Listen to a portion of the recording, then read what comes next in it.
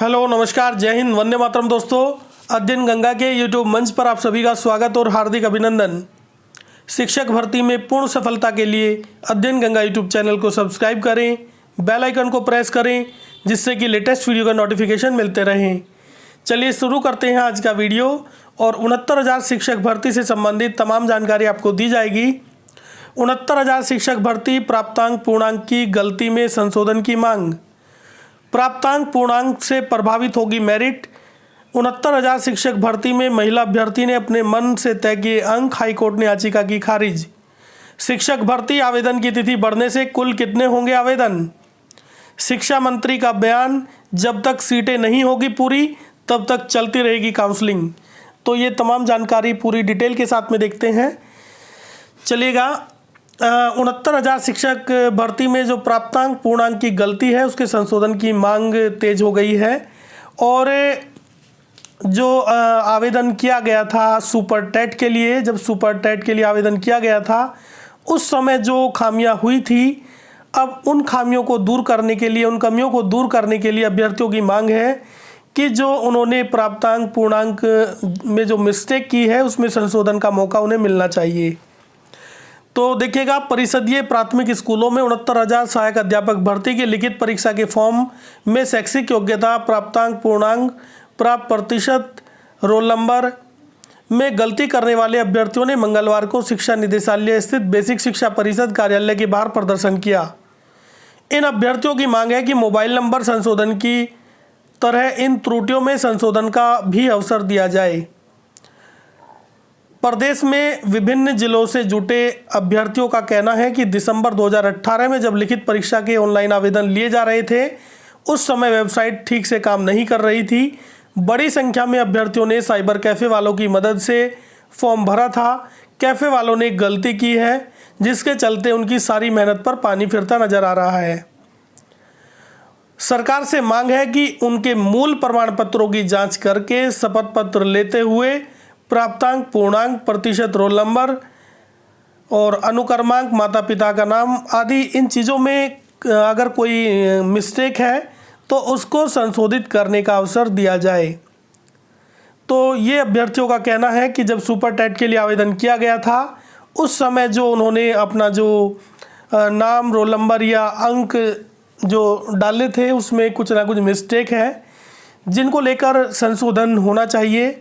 और ये मांग की है कि संशोधन के लिए उन्हें मौका मिलना चाहिए। और प्राप्तांक पूर्णांक की गलती से प्रभावित होगी मेरिट। बिल्कुल मेरिट प्रभावित होगी, क्योंकि जिसके गलती से ज़्यादा पूर्णांक लिखे गए हैं उसका कट ऑफ ज़्यादा जाएगा और जिसके कम लिखे गए हैं उसका कट ऑफ कम हो जाएगा। तो ये प्रभाव पड़ने वाला है। शिक्षक भर्ती के आवेदन अपने फॉर्म में संशोधन की मांग कर तो रहे हैं, लेकिन प्राप्तांक व पूर्णांक की चूक के कारण जिले की मेरिट प्रभावित हो जाएगी।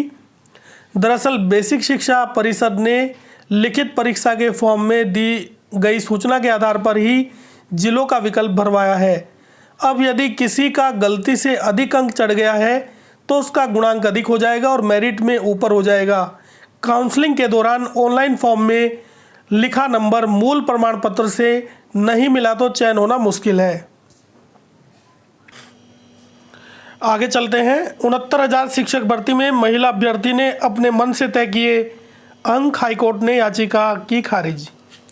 तो देखिएगा, ये भी एक अजीबोगरीब याचिका थी। और 69,000 शिक्षक भर्ती में एक महिला अभ्यर्थी का क्या कहना है, देखिएगा। उत्तर प्रदेश के 69,000 शिक्षक भर्ती की लिखित परीक्षा में महिला अभ्यर्थी को कम अंक मिलने का दावा हाई कोर्ट में टिक नहीं सका। महिला अभ्यर्थी को महज 3 अंक मिले थे और उसने दावा किया था कि इम्तिहान में उसे कुल 90 अंक मिलना चाहिए था। सुनवाई में न्यायमूर्ति मनीष माथुर ने याचिका यह कहते हुए खारिज कर दी कि उसने मन में अंक तय किए थे, इसलिए कोई हस्तक्षेप नहीं किया जा सकता। असल में भर्ती परीक्षा में के मूल्यांकन को हाईकोर्ट में चुनौती देने के बाद परीक्षा संस्था में अभ्यर्थी के रिकॉर्ड खंगालने गए तो उलट तस्वीर सामने आई। महिला अभ्यर्थी की ओएमआर शीट बिल्कुल सादी मिली, उसमें केवल अनुक्रमांक और अन्य अनिवार्य सूचनाएं भरी है। प्रश्नों का जवाब नहीं दिया गया था। परीक्षा नियामक प्राधिकारी कार्यालय का कहना है कि 3 अंक उसे इसलिए मिले क्योंकि 3 सवालों के अंक सभी को समान रूप से दिए गए थे। महिला अभ्यर्थी रेखा वर्मा ने फैजाबाद में यह परीक्षा दी थी। उसने OMR सीट की प्रतिलिपि लगाकर हाईकोर्ट में मूल्यांकन को चुनौती दी थी। प्रतिलिपि में दर्ज प्रश्नों के जवाब के आधार पर वह कुल 90 अंक मिलने का दावा कर रही थी। लखनऊ खंडपीठ की सुनवाई में न्यायमूर्ति ने माना कि अभ्यर्थी ने अपने मन से अंक तय किए हैं, इसलिए कोई हस्तक्षेप नहीं किया जा सकता। यह याचिका 68,500 शिक्षक भर्ती में भी उन्नाव की सोनिका देवी की तर्ज पर की गई थी, जिसमें परीक्षा संस्था की ओर जारी स्कैन कॉपी को आधार बनाकर उसके मूल्यांकन को चुनौती दी गई थी, जिसमें उसे फेल किया गया था। कॉपी का बारकोड